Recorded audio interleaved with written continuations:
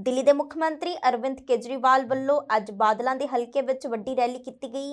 इस दौरान चन्नी सरकार ते अरविंद केजरीवाल ने वड्डे निशाने साधे हैं। उन्होंने कहा कि कांग्रेस की पार्टी हुण सर्कस बन चुकी है। कांग्रेस विच सारे आपस विच लड़ रहे हैं अते चन्नी सरकार सब तो वड्डी नौटंकीबाज ते ड्रामेबाज दी सरकार है। इससे बड़ी भारत के इतिहास में नौटंकीबाज और ड्रामेबाज सरकार आज तक हमने नहीं देखी।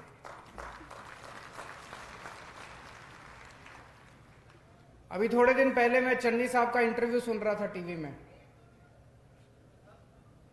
इंटरव्यू में कहते हैं कि मैं तो 24 घंटे जनता से मिलता रहता हूं, सारा दिन मेरे घर में लोग बैठे रहते हैं, ड्राइंग रूम में जाता हूं, ड्राइंग रूम में लोग बैठे रहते हैं, बरामदे में जाता हूं, बरामदे में बैठे रहते हैं, बाथरूम में जाता हूं, बाथरूम में मेरे साथ लोग आते हैं, वहां भी मिलता रहता हूं। मुझे लगता है दुनिया के इतिहास में पहला सीएम होगा जो बाथरूम में भी लोगों से मिलता रहता है। फिर उसने इंटरव्यू टीवी वाले ने पूछा, आजकल एनआरआई का क्या माहौल है जी? बोले मैं तो खुद ही एनआरआई हूं। बोले आप कैसे एनआरआई हो? मैं कहते मैं पहले पिंड में रहता था, अब मैं शहर में आ गया तो पिंड वाले मेरे को एनआरआई बोलते हैं। तो लोगों ने मजाक बनाने शुरू कर दिए। कल सोशल मीडिया पे चल रहा था कि जो वो मिस यूनिवर्स बनी है हमास संधू, उसने फोन किया चन्नी साहब को कि जी मैं हमास संधू बोल रही हूं, मिस यूनिवर्स बन गई। कहता ले मैं तो खुद ही मिस यूनिवर्स हूं। चन्नी साहब एक दिन जेल गए, जेल में कैदियों से मिलने के लिए। एक कैदी मिला, उससे पूछा कि तू जेल क्यों आया? कहता जी मैं जेब काटता था। कहता ले मैं तो खुद जेब काटता हूं। मजाक बना दिया इन्होंने सरकार का।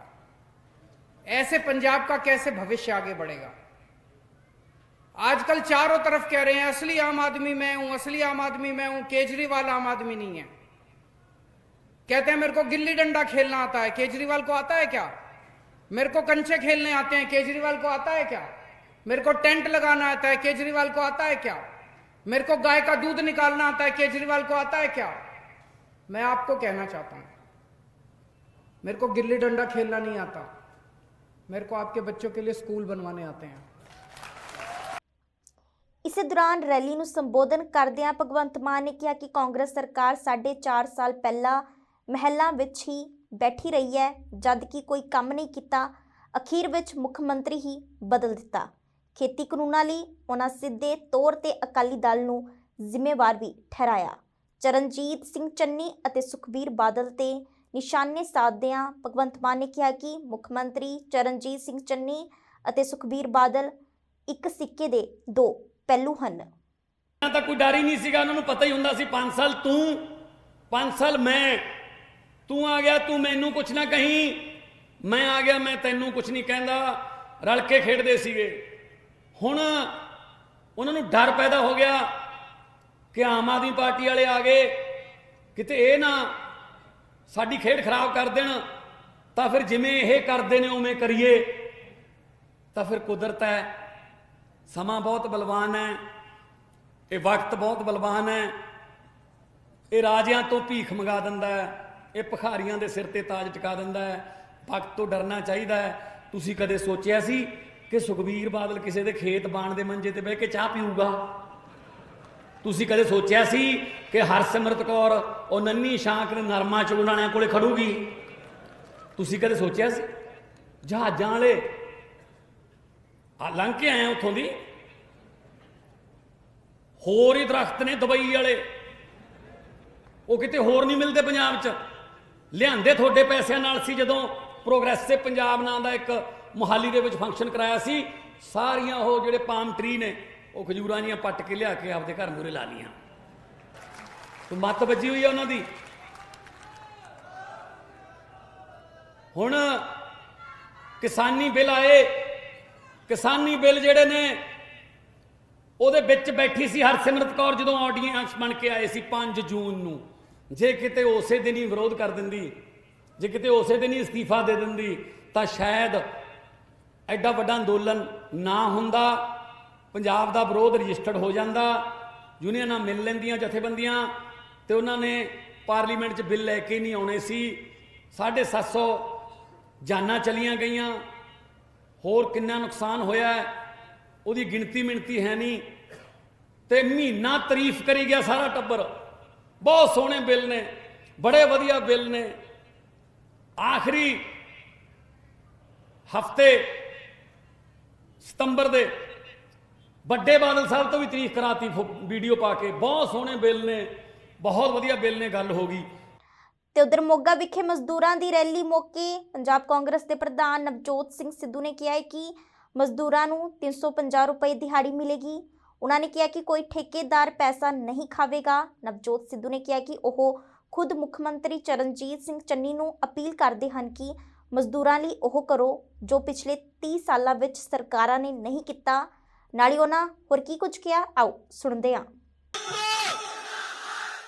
सवाल है कि ठेकेदार जो मर्जी कंट्रैक्ट करे, लेकिन किसी भी मजदूर को एक कटे का 350 तो कभी कट लेने नहीं देगा। नवजोत सिंह सिद्धू को जवाब है,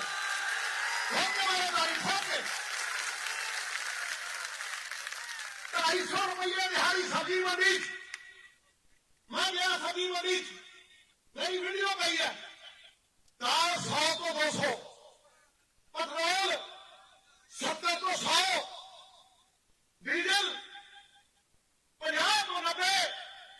वो कीड़े पैरों थोड़े दिल्ली वाले ने हैं 50 तो 100, 70 तो 100 दाल, और कहते दाल रोटी खाओ प्रभु दे गुण गाओ हैं। ते आज दाल खाने जोगा है कोई हैं? वो बुजुर्ग कहना गोंगलू खा खा पेट भर गया, गोंगलू खा खा पेट भर गया। बाबला पूछे कोई तरले रात बुरी मर्जी दाल खवा दो कोई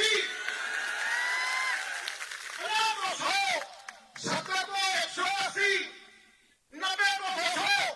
मजदूर की दिहाड़ी बढ़ाई है कितने 250 तो 500,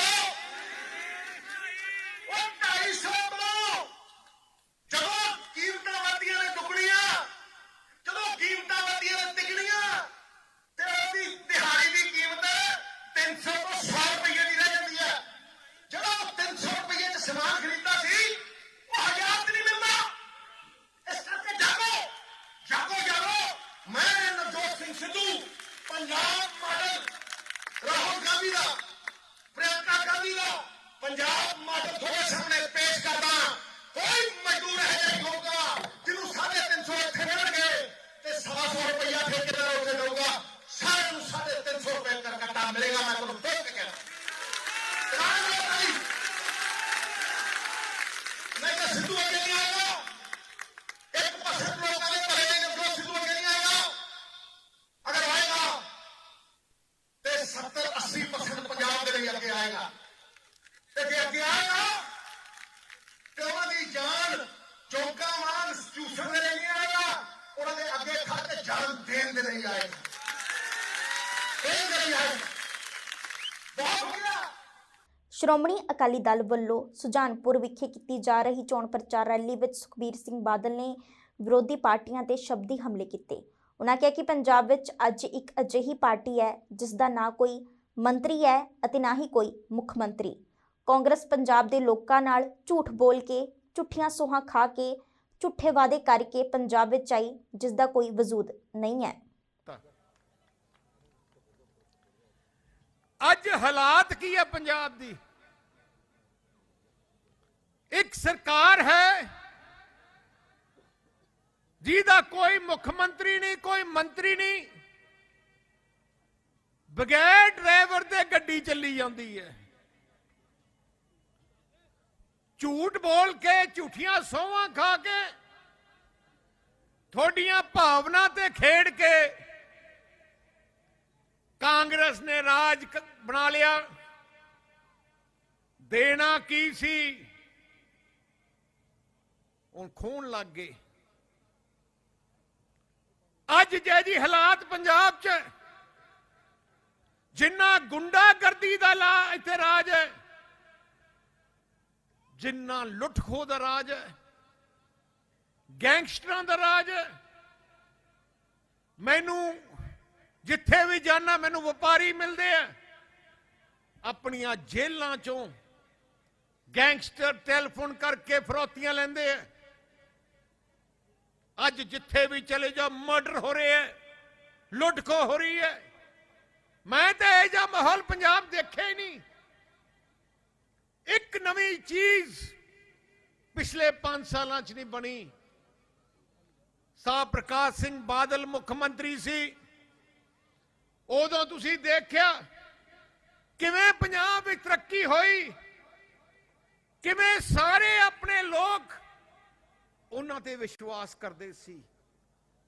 ਸਰਦਾਰ ਪ੍ਰਕਾਸ਼ ਸਿੰਘ ਬਾਦਲ ਦੀ ਇੱਕੋ ਇੱਕ ਸੋਚ ਰਹੀ ਹੈ। ਜਦੋਂ ਮੈਨੂੰ ਸ਼੍ਰੋਮਣੀ ਅਕਾਲੀ ਦਲ ਦਾ ਪ੍ਰਧਾਨ ਬਣਾਇਆ ਗਿਆ, ਹੁਣ ਵੀ ਜਦੋਂ ਮੈਂ ਕੈਂਪੇਨ ਸ਼ੁਰੂ ਕੀਤੀ, ਮੈਨੂੰ ਵੱਡੇ ਬਾਦਲ ਸਾਹਿਬ ਨੇ ਬੁਲਾਇਆ, ਕਹਿੰਦਾ ਤੇਰੀ ਹੁਣ ਜ਼ਿੰਮੇਵਾਰੀ ਬਹੁਤ ਵੱਧ ਗਈ ਹੈ, ਮੇਰੀਆਂ 2-3 ਗੱਲਾਂ ਯਾਦ ਰੱਖੀ।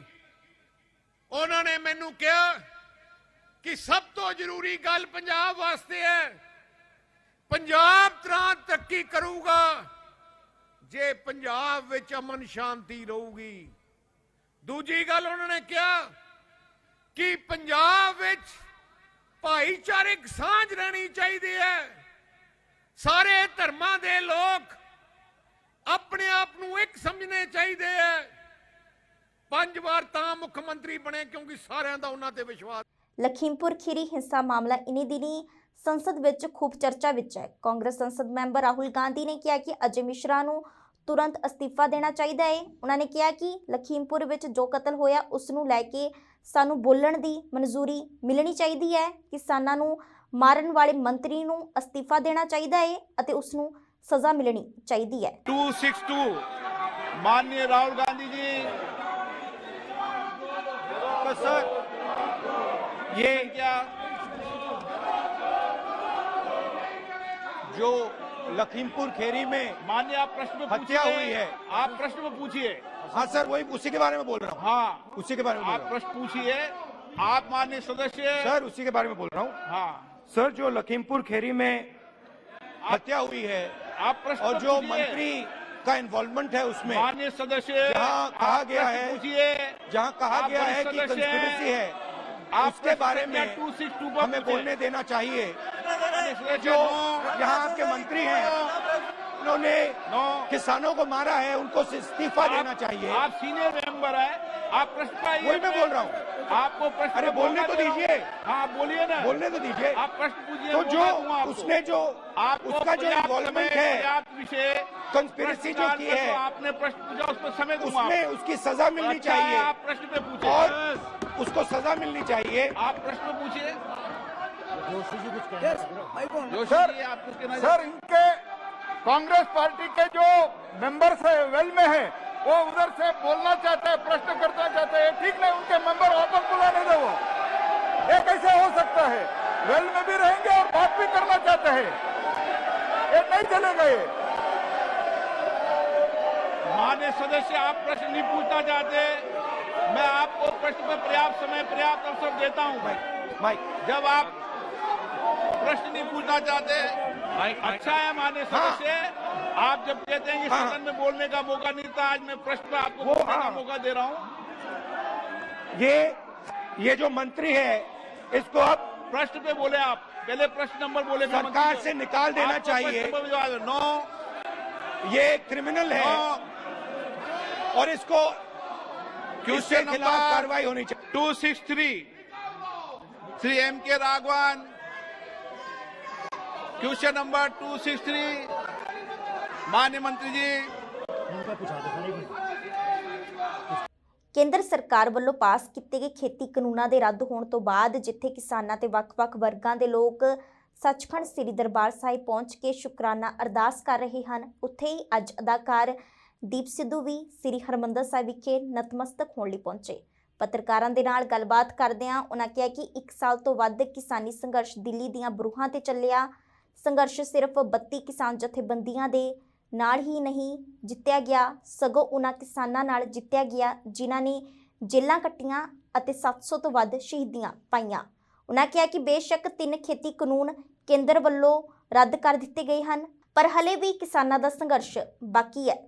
ਕੀਤਾ ਗਿਆ ਸੀ ਕਿਸਾਨ ਮਜ਼ਦੂਰ ਏਕਤਾ ਦੀ ਗੱਲ ਕੀਤੀ ਹਾਂਜੀ। ਗਈ ਸੀ, ਲੇਕਿਨ ਮਜ਼ਦੂਰਾਂ ਨੂੰ ਭੁੱਲਦੇ ਗਏ ਆ। MSP ਲੈ ਲਾਂਗੇ, ਲੇਕਿਨ ਜੇਕਰ ਆਟਾ ਵੀ 200 ਰੁਪਏ ਕਿਲੋ ਹੋ ਗਿਆ ਤਾਂ ਕਹਿੰਦੇ ਅਸੀਂ ਕਿਸ ਤਰ੍ਹਾਂ ਰਵਾਂਗੇ। ਐਬਸੋਲੂਟਲੀ ਉਹੀ ਆਪਾਂ ਗੱਲ ਕਰ ਰਹੇ ਹਾਂ ਨਾ। ਇਹ ਕਹਿੰਦੇ ਕਿ ਇਹਨਾਂ ਨੂੰ ਚਾਹੀਦਾ ਸੀਗਾ ਕਿ ਮਜ਼ਦੂਰਾਂ ਦੀ ਵੀ ਨਾਲ ਜਿਹੜੀ ਸੀ ਗੱਲ ਕਰਨੀ ਚਾਹੀਦੀ। You are absolutely right. ਹਜੇ ਤੱਕ ਐਕਚੁਅਲੀ ਤਾਂ ਆਪਾਂ ਦੇਖੀਏ ਤਾਂ ਕਿਸਾਨਾਂ ਦੀ ਵੀ ਨਹੀਂ ਗੱਲ ਹੋਈ। ਕਿਸਾਨਾਂ ਦੀ ਗੱਲ ਕੀ ਹੋਈ ਆ, ਆਉਣ ਵਾਲਾ ਖਤਰਾ ਸੀ ਜਿਹੜਾ, ਉਹ ਤੋਂ ਤਾਂ ਆਪਾਂ ਪਿੱਛਾ ਛਡਾ ਲਿਆ, ਪਰ ਐਜ਼ ਇਟ ਇਜ਼ ਜਿਹੜਾ ਸਾਡੇ ਕੋਲੇ ਸਟਰਕਚਰ ਸੀ, ਜਿਹੜੇ ਹਾਲਾਤ ਸੀ, ਉੱਥੇ ਕਿਸਾਨਾਂ ਦਾ ਭਲਾ ਥੋੜੀ ਹੋ ਰਿਹਾ ਸੀ। ਕਿਸਾਨਾਂ ਦਾ ਉੱਥੇ ਵੀ ਭਲਾ ਨਹੀਂ ਹੋ ਰਿਹਾ ਸੀ। ਸੋ ਹੁਣ ਲੀਡਰਸ਼ਿਪ ਤੇ ਇਹ ਰਿਸਪੌਂਸਿਬਿਲਟੀ ਬਣਦੀ ਆ ਵੀ ਲੀਡਰਸ਼ਿਪ ਮਜ਼ਦੂਰਾਂ ਨੂੰ, ਕਿਸਾਨਾਂ ਨੂੰ ਕਿਵੇਂ ਅਕੋਮੋਡੇਟ ਕਰਦੀ ਆ। ਨਵੀਂ ਜਿਹੜਾ ਪੰਜਾਬ ਪੱਖੀ ਜਾਂ ਕੋਈ ਵੀ ਸਟੇਟ ਆਪਦਾ, ਹਰਿਆਣੇ ਵਾਲੇ ਜਿਵੇਂ ਸਾਡੇ ਕੋਲੇ ਨਵੀਨ ਸਿੰਘ ਜੀ ਖੜੇ ਆ, ਹਰਿਆਣਾ ਨੂੰ ਬਿਲੋਂਗ ਕਰਦੇ ਆ। Punjab centric model, Haryana centric model ਖੇਤੀਬਾੜੀ ਤੇ ਇਹ ਲੈ ਕੇ ਆਉਣਗੇ ਕਿ ਨਹੀਂ ਸਰਕਾਰਾਂ ਤੋਂ, ਕਿ ਸੈਂਟਰਲ ਪਾਲਿਸੀਜ਼ ਹੀ ਚੱਲਣਗੀਆਂ, ਕਿ ਸਾਡੀ ਡਿਪੈਂਡੇਬਿਲਿਟੀ ਸੈਂਟਰ ਤੇ ਇਨਕਰੀਜ਼ ਹੋਊਗੀ, ਅਸੀਂ ਸੈਲਫ ਡਿਪੈਂਡੈਂਟ ਕਰਾਂਗੇ ਆਪਦੇ ਆਪ ਨੂੰ ਕਿ ਨਹੀਂ। ਇਹ ਗੱਲਾਂ ਆਉਣ ਵਾਲੇ ਸਮੇਂ 'ਚ ਹੀ ਇਹਦੇ ਜਵਾਬ ਮਿਲਣੇ ਆ। ਇਹ ਜਵਾਬ ਮਿਲ ਸਕਦੇ ਸੀ ਜੇ ਅਸੀਂ ਟੇਬਲ ਤੇ ਬੈਠੇ ਹੁੰਦੇ, ਪਰ ਉਹਨਾਂ ਨੇ ਟੇਬਲ ਤੇ ਨਹੀਂ ਬਾਇਆ। ਕਿਉਂ ਨਹੀਂ ਬਾਇਆ? ਦੇਖੋ, ਕ੍ਰਿਟੀਕਲੀ ਗੱਲਾਂ ਨੂੰ ਸਮਝੋ। ਅਸੀਂ 26 ਤਰੀਕ ਤੱਕ ਕਿੱਡਾ ਤਕੜੇ ਸੀ ਜੰਗ ਦੇ ਮੈਦਾਨ 'ਚ। ਜਦੋਂ ਤੁਸੀਂ ਜੰਗ ਦੇ ਮੈਦਾਨ 'ਚ ਤਕੜੇ ਜਿੰਨੇ ਹੋਵੋਗੇ, ਉਨੇ ਹੀ ਟੇਬਲ ਤੇ ਤਕੜੇ ਹੋਵੋਗੇ। 26 ਤਰੀਕ ਤੋਂ ਪਹਿਲਾਂ ਜਿੰਨੀਆਂ ਮੀਟਿੰਗਾਂ ਹੋਈਆਂ, ਬਾਰ-ਬਾਰ ਸਾਨੂੰ ਬੁਲਾਉਂਦੇ ਗਏ ਤੇ ਮੀਟਿੰਗਾਂ 'ਚ ਅਸੀਂ ਉਹਨਾਂ ਨੂੰ ਹਰਾ ਕੇ ਆਉਂਦੇ ਰਹੇ, ਕਿਉਂਕਿ ਸਾਡੇ ਗਰਾਊਂਡ ਤੇ ਅਸੀਂ ਤਕੜੇ ਸੀ। 26 ਤਰੀਕ ਤੋਂ ਬਾਅਦ ਸਾਨੂੰ ਗਦਾਰੀਆਂ ਦੇ ਸਰਟੀਫਿਕੇਟ ਦੇ ਕੇ ਤੇ ਤੁਸੀਂ ਆਪਦੇ ਹੀ ਬੰਦੇ ਉੱਥੋਂ ਕੱਢਤੇ ਤੇ ਕਮਜ਼ੋਰ ਕਰ ਲਿਆ ਮੋਰਚਾ। ਉਹਨਾਂ ਨੇ ਇੱਕ ਵੀ ਵਾਰ ਮੀਟਿੰਗ ਨਹੀਂ ਬੁਲਾਈ। ਸੋ ਹੁੰਦਾ ਕੀ ਆ, ਇਹ ਸਰਕਾਰ ਨੇ ਸਾਡੇ ਨਾਲ ਕੀਤਾ ਕੀ ਵੀ ਪਹਿਲਾਂ ਕਾਨੂੰਨ ਬਣਾਤੇ, ਲਾਗੂ ਵੀ ਨਹੀਂ ਕੀਤੇ ਹੋਏ ਸੀ ਹਜੇ ਪੂਰੀ ਤਰ੍ਹਾਂ ਤਾਂ ਉਹਦਾ ਇਫੈਕਟ ਆਏ ਨਹੀਂ ਸੀ ਨਾ, ਤੇ ਅਸੀਂ ਉਹਦੇ ਲਈ ਸੰਘਰਸ਼ ਕੀਤਾ। 700 ਆਪਦੀਆਂ ਜਾਨਾਂ ਬੰਦੇ ਕੁਰਬਾਨ ਕਰ ਗਏ। ਇਹੋ ਜਿਹੇ ਸਿੰਘ ਆ ਉੱਥੋਂ ਦੇ, ਜਿਹੜੇ ਨਵੀਨ ਸਿੰਘ ਜੀ ਆ, ਆਪਣੇ ਜੱਗੀ ਬਾਬਾ ਜੀ ਆ, ਰਣਜੀਤ ਆ, ਹਨਾ, ਇਹੋ ਜਿਹੇ ਸਿੰਘ ਆ ਜਿਹੜੇ, ਜਿਨ੍ਹਾਂ ਨੂੰ ਕ੍ਰੈਡਿਟ ਦੇਣਾ ਚਾਹੀਦਾ, ਜਿਨ੍ਹਾਂ ਨੇ ਸੰਘਰਸ਼ ਲੜਿਆ ਅਸਲੀ ਖੜ ਕੇ। ਸੋ ਇਹਨਾਂ ਬੰਦਿਆਂ ਨੇ ਉੱਥੇ ਕਿੱਡੀਆਂ ਕੁਰਬਾਨੀਆਂ ਕੀਤੀਆਂ। ਉਦੋਂ ਬਾਅਦ ਇੱਕ ਦਿਨ ਉਹ ਉੱਠੇ ਸਵੇਰੇ, ਔਰ ਮੈਂ ਤਾਂ ਇੱਥੋਂ ਤੱਕ ਗੱਲ ਸੁਣੀ ਵੀ ਈਵਨ ਜਿਹੜੇ ਐਗਰੀਕਲਚਰਲ ਮਿਨਿਸਟਰ ਆ, ਉਹਨਾਂ ਨੂੰ ਵੀ ਨਹੀਂ ਪਤਾ ਸੀ ਵੀ ਕਾਨੂੰਨ ਰੱਦ ਹੋ ਰਹੇ ਆ। ਉਹਨਾਂ ਨੇ ਵੀ ਟੀਵੀ ਤੇ ਸੁਣਿਆ। ਇਹ ਹਰ ਵੇਲੇ ਦੇਖੋ, ਇਹਨਾਂ ਨੇ ਉਸ ਵੇਲੇ ਵੀ ਜਦੋਂ ਇਹਨਾਂ ਨੇ ਨੋਟਬੰਦੀ ਕੀਤੀ ਆ, ਉਦੋਂ ਵੀ ਐਂ ਕੀਤਾ ਸੀ। ਉਦੋਂ ਕਹਿੰਦੇ ਵੀ ਉਸ ਵੇਲੇ ਫਾਈਨੈਂਸ ਮਿਨਿਸਟਰ ਨੂੰ ਵੀ ਨਹੀਂ ਪਤਾ ਸੀ।